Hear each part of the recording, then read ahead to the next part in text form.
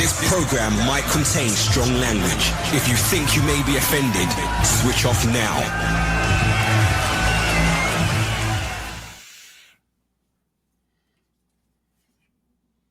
Hello, everybody. Welcome back to the Inside Mojo podcast, where each week we're taking a look at another key moment in YouTube's evolution through the WatchMojo lens. I'm your host, Rob, and with me, as always, is WatchMojo's co-founder and CEO, Ashkan Karbasfrooshan. How are you today, Ash? Very good. This is not vodka. It's just water. I'll take your word for it. So this week is episode 11. We have actually planned 20 episodes for this series, and we're halfway done. So how's it gone so far in your view? It's been interesting, but I realize I'm a bit in arrears with regards to the voiceover of the actual documentary that spawned this podcast. So I have a bit of making up to do, but Is that on schedule? When is that expected to come out? Well, I mean, I could do the VO of like a 90-minute documentary in like a couple hours. It's more the editing. So I will be emailing you and asking you some questions about that. But yeah, the material is done. I just have to record it. I got to do the work there. For sure. Happy to help. I'm sure it'll come together easily enough. Yeah. So today we are talking about Vanity, from Expos to Yankees, PR, Pewdiepie, Tom Holland, and the Vidcon keynote. So there's a lot to cover, but let's jump into it with a bit of industry news first. Apparently, Roblox and YouTube have announced a new partnership. What does this mean? So as I've said, if any company, if somebody asks me like which company reminds you the most of early-ish YouTube, I'd probably say Roblox. Similar UGC platform that started off like a bit weird, what is this? And then the users who were on Roblox, most of them probably maybe not as engaged as much as they were, but they've probably stayed with the platform as it professionalizes. And now you have like marketers joining the platform. And yeah, so what does this mean? To their credit, Google, YouTube, pretty smart. Well, Google more than YouTube. So Google will be tapping into Roblox's platform to reach that audience. Roblox already does a good amount of ad sales. Most of their revenue comes from Roblox. But Google, being the most successful ad company in the world, will be able to benefit itself, benefit its clients. It'll obviously drive incremental revenue to Roblox. So I love it. I own shares in both companies. It goes to show, like, I thought maybe eventually a Microsoft or Google would just outright buy Roblox. Possibly even Amazon. They could see it as related to their Twitch platform. No, I like it. I mean, I'm not on Roblox myself, but I do think it's it's a very, very promising business, and this is a smart move for both. And just for more context, what they're doing is they're granting rewards for players in Roblox for watching ads through Google AdSense. Yeah, which is a bit not taboo, but like historically, Madison Avenue doesn't like it when you incentivize audiences to watch ads. Makes sense. You don't want to pay people to sit through ads because it creates like, weird incentives. But, given the nature of Roblox, it's not crazy, I guess. And again, it just goes to show how Google has built this awesome ad platform that they can monetize everything. They could literally, it's always a call to serving an ad for them. Everything is an ad inventory. It's crazy. Do you think that we will see more of this type of thing, particularly like in the gaming realm? I'm thinking like maybe Fortnite or other big platforms that host a lot of gamers might leverage something similar. Yeah, so Google, to their credit, does a pretty good job of weeding out like fraudulent ad activity. So I think that like Google can do this and give assurances to Madison Avenue that maybe some others wouldn't. But I also think the same way that Google revolutionized ads first with search advertising and then through YouTube with skippable ads, TrueView, giving the power to audiences to sit through an ad or not. I do think, younger audiences, like my daughter who's 14 now, when she was like 4, 5, 6, when she would see an ad and dad couldn't skip the ad for her, she'd lose her mind. And that was just like a change in behavior that to our generation was crazy. We sat through the stupid ads. We had no choice. Well, we enjoyed commercials, the good ones to a certain Good ones, extent, yeah. even, and I it made fun of provided. bad ones, but yeah, no, it's a different behavior basically. Yeah, it provided a good bathroom break too, in the middle of your favorite show. And then the shift to subscription kind of like erased that, but we're moving back into that direction because even some subscription services now have tiers that include ads. So is this a return to kind of like the norm that we used to have? Yeah, I mean, as we've talked about it, the whole AVOD, advertising video on demand, is a much bigger opportunity than subscription video on demand. But I think what you're alluding to, I'm not saying this as a commie there, like these are greedy capitalists. I think what these companies realize is there is like skimming the market. Yeah, there are some people who would pay. I mean, Netflix is now $25, whatever it is. There are some people who will pay $20 for a ad-free environment on Netflix. But many people don't want to pay that. So they're like, oh, what if we had a lighter ad load and that's only $10? So yeah, I think you're going to see that kind of hybrid pricing model more and more for sure. All right. Well, before we get into the meat of today's episode, we have a poll that just went up on the WatchMojo YouTube channel, and we want to know, how do you define success? Basically, how do you know when you've made it? Is it when you've got money, when you've got fame or notoriety, when you've got haters after you, or when you feel personally satisfied? So weigh in with your thoughts there on our YouTube channel, and we'll revisit that at the end of the episode. So last week you mentioned a few books. So let's use those to set the scene for today's episode. Yeah, sure. I mean, look, we're not saying anything new. Reading books is a tremendous source of wealth of knowledge and whatnot. I think that goes without saying to, like, if you are a historian or like an English major. I think business people and entrepreneurs underestimate the value of business books, not just like Built to Last, the habits of highly effective people. Some of the most rewarding books I've read are biographies of famous, business builders, entrepreneurs, whether it's The Chief on William Randolph Hearst, whether it's The Publisher on Henry Luce. Yeah, I mean, those books are kind of like blueprints, When I tweet or write on LinkedIn, sure, it's therapeutic, sure, it's helpful to gather my thoughts. And as you could laugh, it's fair, but it's interesting to have like unfiltered thoughts from a builder. What did he or she see when they made these decisions? That's kind of rare, like history. We don't really have firsthand knowledge of what was William Randolph Hearst thinking, what was Rupert Murdoch thinking. So I always thought it would be pretty cool to leave that eventually for others, as much as it's helpful for me. Anyway, but yeah, these books are, they really, really helped me. And yeah, like mid 2010s, I remember vividly reading the Publisher, which was on the history of like Time, People, Sports Illustrated, Fortune. And yeah, I was like, you know what, maybe I'm getting a bit complacent. Maybe I'm getting a bit in my own routine. And I was like, look, I'm like, if you as a founder aren't like ambitious anymore, or you feel you've reached a certain level of success, because sure, the first 6-7 years were really hard, and you don't have that stamina, you don't have that drive, that fuel and fire. Yeah, I was like, maybe you should fucking step aside and pass the ball to somebody who's going to come and take some shots on that, aim for the fence. But then I was like, no, I still have that fire and fuel. And I was like, as we've covered, I was like, I just have to get out of my comfort zone to push the team without it seeming like you're not appreciative or have gratitude, just for them to realize if you don't innovate and adapt, you're going to fucking die. Right. It's as simple as that. So good part of what we're talking about today is around 2016, when WatchMojo was kind of like at the apex of its lifespan in terms of viewership, maybe influence on YouTube. I'm not sure how you would define this period, but we're talking about a period of time when huge names like PewDiePie were acknowledging WatchMojo and actually roasting us.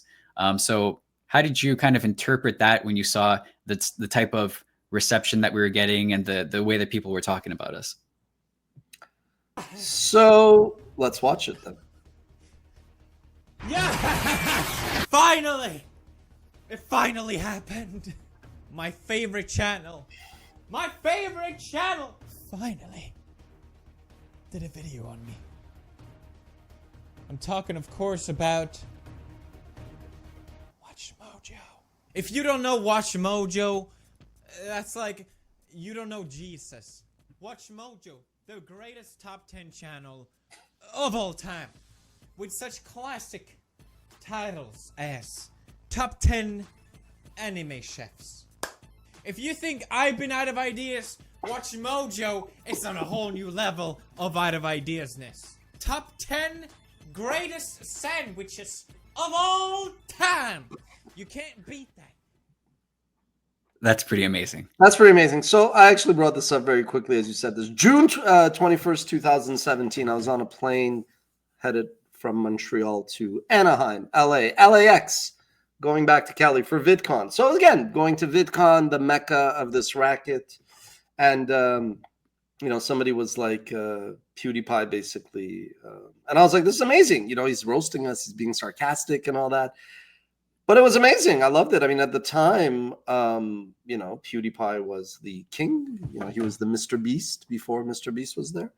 No, and it's great. I mean, if people don't talk about you, if people aren't, you know, I kind of took offense when you're like 2016 was WatchMojo at Apex. I'm like, let me think about this. But no, it is true. Like 2014, we were the 7th largest channel in the world. Not just because we were crushing it, but because like nobody was on YouTube there, you know? No, I mean, it was a bit of like, again, like we've always been like in our own little bubble in the trenches based in Montreal, you know, like it's funny, the parallel, like when I started my career, like New York, there's so much noise. And like the YouTube creator community was like out in LA. And it was like a therapy hour where there were all a bunch of like, not in a bad way, like insecure creators who were all like rejects of Hollywood. And I used to tell them, like, get over this insecurity. This is the future. What do you care about Hollywood? And I was like, yeah, this is like crazy town. I don't need to be here to build this business I'm building. But it was nice that we weren't just in a vacuum, you know, that like the so-called top channels were like, you know, roasting us, which was what you wanted, right? Because that was like validation that you had made it, so to speak. I don't know if you guys ever made a T-shirt that said, "If you don't know WatchMojo, you don't know Jesus." But that would be not bad, yeah. And I mean, considering we did one with running out of ideas since 2006, we probably should have done that. That might have been a missed opportunity. That but... was a missed opportunity, yeah. So VidCon 2016, you were there as a speaker. Was this your first speaking engagement as a leader? Yeah. I mean, it's funny because VidCon had already been around for a number of years, and again, like I wasn't, you know, into the. I'm not want to take knocks at anybody, but I remember like there was a site called Mashable, and their founder Pete Cashmore was at every fucking conference. Like every time I was somewhere, which was like 1 out of 10, he was there, but he was at every other one. And I always used to make fun of that, like people that were always at every conference and like thought leaders. It was such bullshit there. Like fucking all of these things are big boondoggles and waste of time. But you do need to get out there. And so, yeah, so VidCon was a bit of a, like it was an anomaly in that I hadn't been. I'd be going to other conferences and speaking, but it was like, to their credit, VidCon had built this kind of franchise as, you know, the gathering place of YouTubers and YouTube creators. So went down and, you know, started going every year, every other year before COVID hit. And what was cool is when they asked me to talk about the history of YouTube for YouTube's 15-year anniversary, that actually in some ways meant more because I was like, oh, you know, they acknowledge that we've, aside from WatchMojo, I'd written about the industry for Media Post, TechCrunch, yada, yada. So they were like, this is a guy who could talk about the evolution of YouTube. Yep. So it was good. But to be honest with you, like I never really give 2/3 of 0 Fs about this stuff. Like I'm not saying that to be like cool. Like I do find like none of these things matter. You know, like I think we've lived in 20 years of like bullshit with a lot of cheap capital available and VCs throwing money at people. But it's like, if that Teddy Roosevelt citizen in the arena, the man in this, on the stadium, like, it's not these conferences. Like, who gives a fuck? You got to be in the trenches. Like, I built the business literally like behind a computer, like firing off emails. You know what I mean? Yeah. Or like engaging with fans or reading up on what we should do. But it's a balance act. I also think as an entrepreneur, you could totally be, like totally MIA from these events. But it is a bit of vanity. You mentioned that in the late 2000s, YouTube was kind of like a pariah, but at this point, it was, the belle of the ball, so to speak, and having these conferences and like there's just a lot of like fanfare around it. So where was the platform at around this time? So yeah, so like I remember 2011, 12 writing that YouTube was no longer a pariah and it was like a leading platform, but I mean nobody listened. It was like a lot of executives who would be like, no, this is the way things are. And I was like, yeah, you're clueless, but okay, you're entitled to your opinion. So yeah, I think it was a bit, I mean, I don't want to make a crude analogy. So let's use a young teenage son you have. Let's say you have like this teenage son who's like 15, 16. And you're like, wow, this young lad is a prodigy. Like he could throw 95 miles an hour, 100 miles an hour slap shot, can throw 80 yards down the field. Like as a parent, you look at it and you're like, this kid is going to just destroy it. But the kid itself may not recognize that. That's the way YouTube was, right? Like I was like, come on, like this is media. I mean, I would go to VidCon. First of all, I thought the whole concept of, I can't believe I'm going to go on here.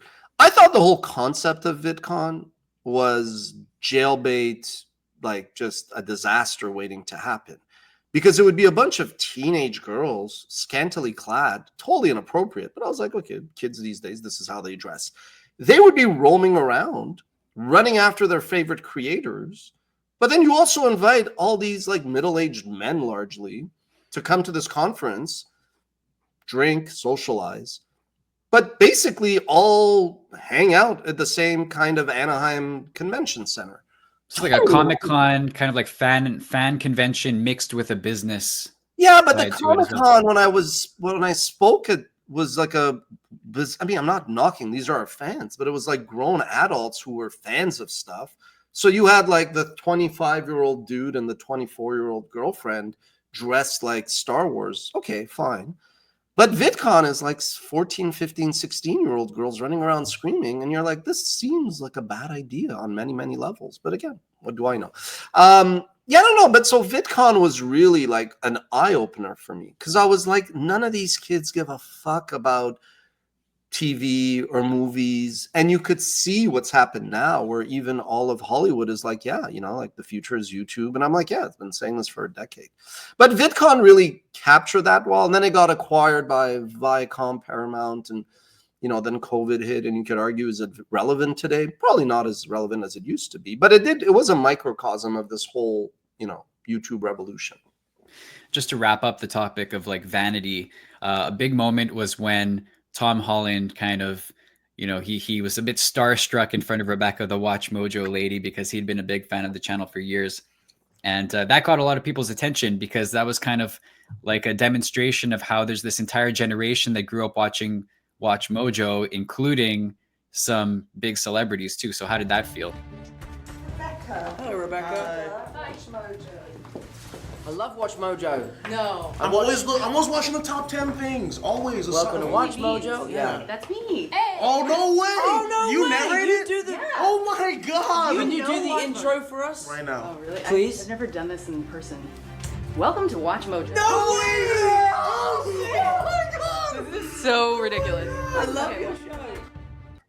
I love your show. I mean, this was, I was a bit more like taken aback by the Pewdiepie thing, even though I'm not like into YouTube creators, but I kind of was like, okay, we've been like kind of building this thing on YouTube. And at the time, like the king of YouTube is roasting us. So I was like, that's pretty cool.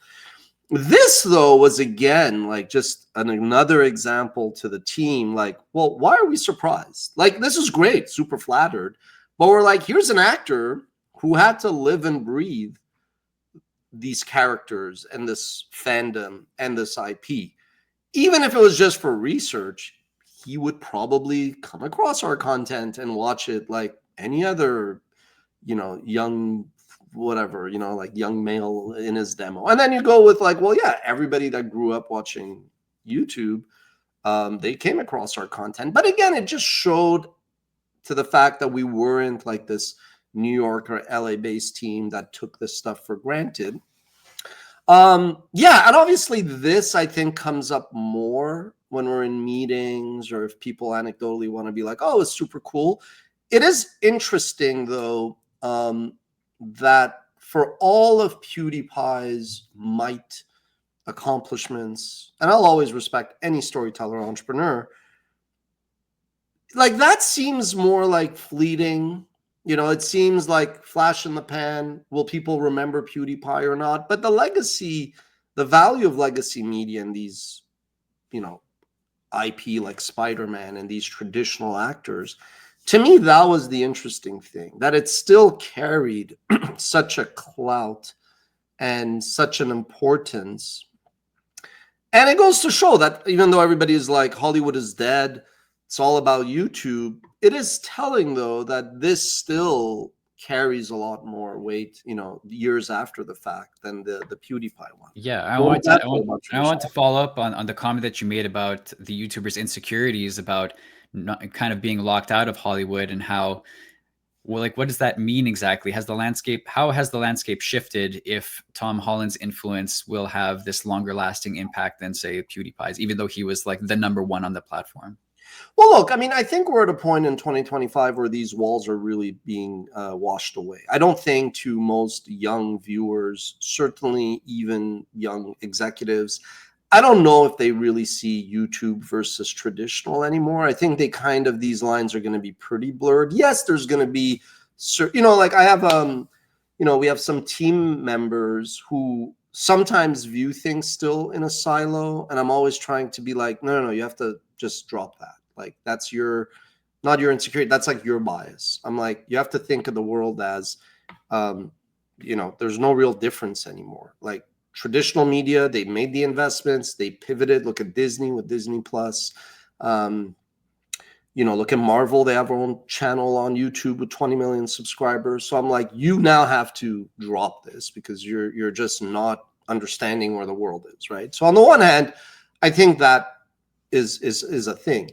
But the reality is, I think human beings, going back to, the ancient times, were always driven by insecurities. That is like a psychological thing that will never change. So I don't know if the cause of the insecurity will have changed. Like if a young creator is successful, do they care that they don't have a show on TV? I don't know. Maybe that the younger audiences really don't view that differently. But everybody is still managing or dealing with some insecurity, but it could be something else. Like, oh, I only have 10,000 subscribers. This other person is 15. So the insecurity is always a constant, but it's what is the cause of it and how do you manifest it? And I think, the most successful franchises, like we talk about podcasts, do they really wake up and go like, I need to produce content for Spotify? Or I need video for YouTube. No, you're just telling stories. Mm-hmm. Like people need to get the memo. You're just telling a story, and it's up to you as an intelligent storyteller to determine, is this an hour-long video? Is it a 10-minute video? Is this an article? Is this an Instagram? Is it a TikTok? Is it what you would have called a podcast? But it's all blurring into one, whether we like it or not. So part of the title of this episode is Exposed to Yankees. What does that mean with regards to WatchMojo? So I was producing, when I was at Ask Men, a radio show on the Team 990, now TSN 690. I was a big Expos fan, big baseball fan. And, in 2003, it was clear they were leaving. And then I got kind of behind the scenes, reaching out to a lot of wealthy Montrealers and media companies. And at that point, there was no money from like all the streaming and IP and all the things that sports companies can do now. It was basically money from the gates, TV money to share, and the Expos were dead on arrival.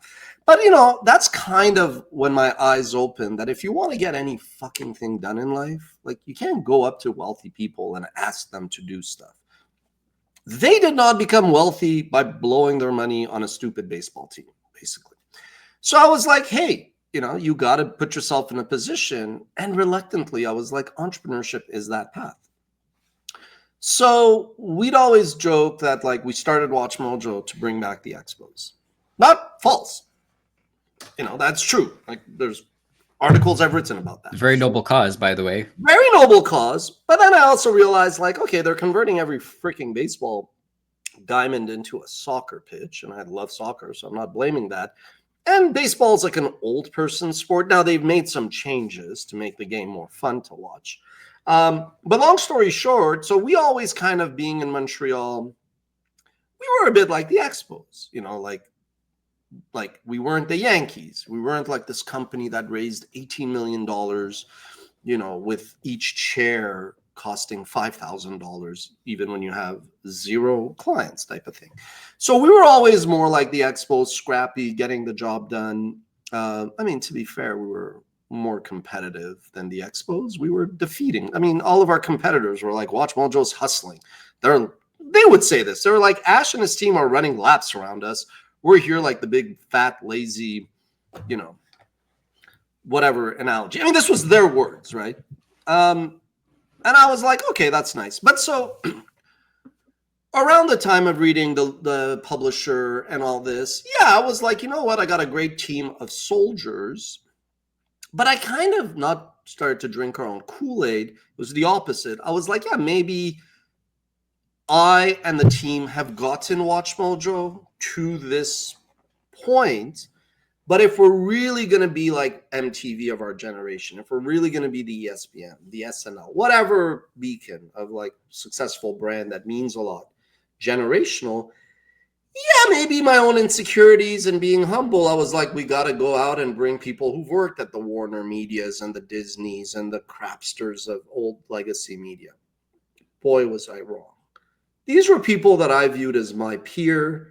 I liked them personally, professionally. You know, we would have good rapport when I'd be in New York or LA to talk about the industry. And it's not about them. Like, it's not about Dick, Tom, and Harry. Rich Antoniello, who started Complex, he wrote an article about, especially post-COVID, this entire generation of mid-senior level managers where those jobs that in New York pay $250,000, 300,000 bases, cut it in half for cost of living. It's like somebody making 100 and change. It's not egregious at all, but it was this whole cottage industry of mid-senior level execs who would just manage things, brands, channels, other people. And yeah, partly with COVID, people working from home, like what was the role of a mid-level manager? And then media just starting to, you know, losing out to tech and Google and Facebook, then starting to lay people off. It is true that that whole class of executives have nowhere to go now. And again, I was always a bit ahead. So like 10 years ago, when I would meet these people who would leave the big ad agencies or would leave big media, I was like, okay, these people have experience and they could come and work with my, you know, lieutenants and kind of develop them into the kinds of people who could then make WatchMojo. But I mean, as we see now, it's very hard. If somebody's worked for Warner, if somebody's worked for Disney, it has nothing to do with YouTube. Yeah. Like, sure, you could argue they're both media, it's ad supported, or there's a subscription model. Zero. And so these people, and we all have, you know, like I have a spiel, course to success, path to happiness, insecurities. And everybody has a story. It's our journey. It's normal, right? When you talk to your dad, he repeats a story. When you talk to your uncle, they have a story. Your college professor that you looked up to, they had a spiel. This is normal. We're storytellers, right? Sapiens. This is what separates us from the bears and the donkeys. We tell stories.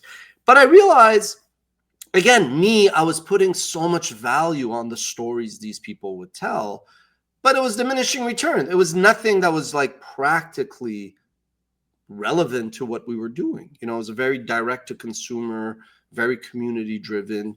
And these guys were just, again, I liked them. We stayed in touch, but they would be like, as if we were in an MBA class discussing, how people would launch a new magazine. And I was like, yeah, no, zero. This is not the way the world works. We're going the other direction. So how did you end up structuring the company, and how did that change over the years? Well, I mean, like I said, in 2016-17, we became the Yankees. All of a sudden, we had a chief operating officer, a chief marketing officer, a chief revenue officer. And what I realized was we didn't really need that. Like, they didn't really drive the kind of impact that I thought. And not because they weren't all-stars, but because we weren't running fucking MTV. We were running WatchMojo, a YouTube channel, and the way advertising. And I knew all this. I was like, advertising has changed, but I was like, oh, if we bring these people, maybe they could take their experience and apply it. What I realized is, people are not like that. People are actually like, this is what I do. That's like guitarists. Anybody, Zach Wilde sounds like Zach Wilde. He's not really going to be Slash, like Jimmy Page. You hear a riff, you're like, that's fucking Jimmy Page, And I think this was my mistake where I was like, oh, I'm going to take Jimmy Page and I'm going to put him in this weirdo, other kind of sound and style, and magic will happen. And I realized, no, it doesn't work like that. People don't like change. How would you have done it differently if you could do it over again? It's going to be a bit harsh. Again, balance, like I'm very open to feedback. Like, so I needed to just weed out a lot of, like, stop projecting that people have a clue. It sounds really harsh. And if you take this out of context, you're like, wow, what an asshole. Like, I really meet the homeless, unemployed, blind, deaf man. And I'm like, lead me to the promise. I'm like, you are, like, I am you. You are me. I'm no different, which is bullshit. Like, now I'm just like, it's fine. Everybody has their strength. For whatever reason, God gave me 3 skills, which involve building a business that tells stories and building distribution and monetization. I don't know how to sew. I don't know how to knit. I don't know how to play guitar, despite having a great guitar behind me. So I kind of realized that, hey, this guy had a successful fucking corporate career for 20 years because he played fucking politics right. Like, let's just call a spade a spade. Or like, this guy was really good at ad sales because he would just drink a fuck ton and be able to hold his liquor with other people who would then drink with him, and he got deals out of it. Like, I'm exaggerating, but I was like, there's no skill set here. That's part of it. It's an exaggeration, but that's, So I was like, stop projecting that. And this is an entrepreneur listening. Like, the answer is in your fucking head. The answer is in your gut. You should talk to people, but there's nobody off the street who's going to come in and build your business. And this is what I've learned. I'm always going to extend the table. I'm always going to open the door. There's an opportunity. But I kind of realized, and people hear me say this often, X person is not the problem nor the solution. They're just a tool, not that you're a tool, like as a not, like they're a tool. They're a means to an end. But so I was like, these people are not going to make us become MTV. And frankly, I was like, we don't fucking want to be MTV. We're WatchMojo. So let's play to our strengths, Yep. Fast forward to 2019, and you did the keynote at VidCon that year. Yeah. So at that moment, did you kind of feel like you had made it? If we're going to be candid, there's the Expos. There you go, with the Expos shirt. The Expos shirt. Yeah. If we're going to be candid, we always projected and punched above our weight. Like that article on TechCrunch, I wrote it, probably 2011 or so. We were not a successful business by any metric, but like writing being a columnist in TechCrunch made it seem like we were. And I really think like 2012, 13, when we like had finally broken even, I didn't need to be selling organs out of the back of my truck to keep the company afloat. And you know what I mean? Like once the company, I won't lie, was a going concern, I kind of felt like, okay, I'm in control of my destiny. And yeah, there's a lot to navigate with YouTube and fair use and a lot of bullshit and, employees that probably also were not meant to be 9-to-5 desk employees. But so I was like, I would say 2013, this was more, like I was more happy. I won't lie. I was more happy for the company, like the team. It's a bit like when Ernst & Young awarded us the Entrepreneurship of the Year. I always said it's a personal award, but it's a reflection of the company. Mm-hmm. I was really proud for the team because I knew what I was building. It was clear in my head. When I was like 5, I thought I was the fucking CEO of Iran. You know what I mean? Like I'm just always, when I was at RBC doing customer service as a low-level employee, ranked 12, the CEO, I think, is 72 in the echelon of corporate slavery. I walked around like I was the fucking CEO. You called complaining about your card being declined. I fucking fixed it. Like it was like I was responsible to shareholders, right? So I didn't need this stuff. This is hence the vanity theme. But I did think that there was a lot of teammates that we had that like couldn't even explain to their parents what the fuck is WatchMojo? Where do you work? What do you do? You're producing videos for the YouTube? Like, what is that? So yeah, like the Ernst & Young and the Vidcon stuff, I was like, hey, if you want to go tell your mom that like you work at a company where like your colleague, the CEO, is being asked to speak at Vidcon, it's validation for you. I don't need it. You know, and that's the confidence entrepreneurs have. We're delusional. Like I say some things and I'm like, not even the most delusional thing I've said today, but to others it sounds delusional. And when I kind of see other entrepreneurs say delusional things, I'm like, yeah, this guy, I'm like, we need to talk. This guy is this guy or gal. Like you need this kind of confidence, sadly. Now in 2025, has your definition of success changed in any way since back then? Well, going back like 15 years, I used to say success is three things: fluid, subjective, and relative. So success has to change. Like if your definition of success has not changed, you're a fucking moron. Not you, Rob. People. Yeah, I mean, I read the Kinko's. I don't want to take credit, and this was not planned, but since you asked, the Kinko's CEO, he was like, you know what success is? Success is when your kids, when they're older, want to be with you. You know, That's very nice. That's very nice. I get that. So to me, yeah, I won't lie. Success is being able to cook if I want to, take my dog for a walk. I mean, I work 7 days a week. You know, I don't care. You know, but success is just, to me, success is not dealing with fucking I don't want to use the R word. Somebody called me out on YouTube, on Twitter. That's fair. Success is not working with fucktards. Much better. Much better word choice. No, because I'll tell you what, you could have the R word, which I will not use, and I apologize, which is more like people who are sometimes slow, no vindictiveness. That's fine. I'm slow. If somebody explains neuroscience to me, I'm like, I don't get it. So moron is just somebody who's dumb. They're not slow. Like you could be successful. Fucktard is also people who just, you understand, are going to mess things up.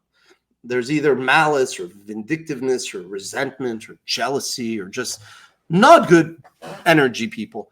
So success is, yeah, like if you don't have to work with people you don't enjoy, on projects you don't enjoy, that today is success, you know, like, you know, but yeah, success has to change. Like if your definition of success doesn't change, there's a problem. Where I think success is bad is that relative. People unfortunately look at their neighbor and they're like, oh, you got the 2025 you know, Homer Simpson car, I need to go buy the bigger. I think that's part of Western, I mean, even in crazy town, other parts of the world, people always look at I try to avoid that, but I do think that the fluidity of success is key, and the subjectiveness is whatever you think it is, but the relativism of success is not healthy, where you're looking right. at even like, you know, there are parts where I'm like, oh, I miss it in the 2010s meetings, but then I'm like, okay, there was a lot of spinning of the wheels for nothing.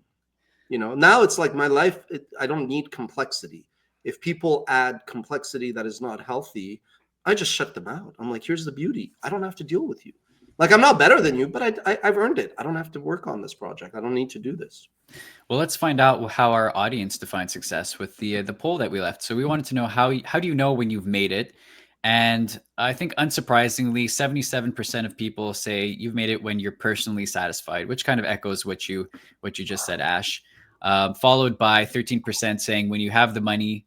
That's, you know, there's a subset of people for sure who are more concerned with that. And then 6% when you've got haters, and 3% say when you have fame and notoriety. So look, the biggest fucking dishonest pieces of shit in the world are those who kind of are like, money's not important. Fuck you. Money's important when you don't have it. Like, yeah. Let's just not be crazy here. Like, money's not important because of diminishing returns. Yeah, if you're a billionaire, that extra million doesn't matter, but it's so intellectually dishonest. I worked for a guy once who was like, we're all in the same boat. I'm like, bro, we're not in the same boat, but go on. Tell me how we're in the same boat. So yeah, that's part of it as well. But interesting. What percentage said it's the haters? 6%. Oh, okay, that's interesting. Yeah. That I refer to that as the Nickelback effect. When you know, when more people hate you than love you, I think you know that you've So you play what instrument?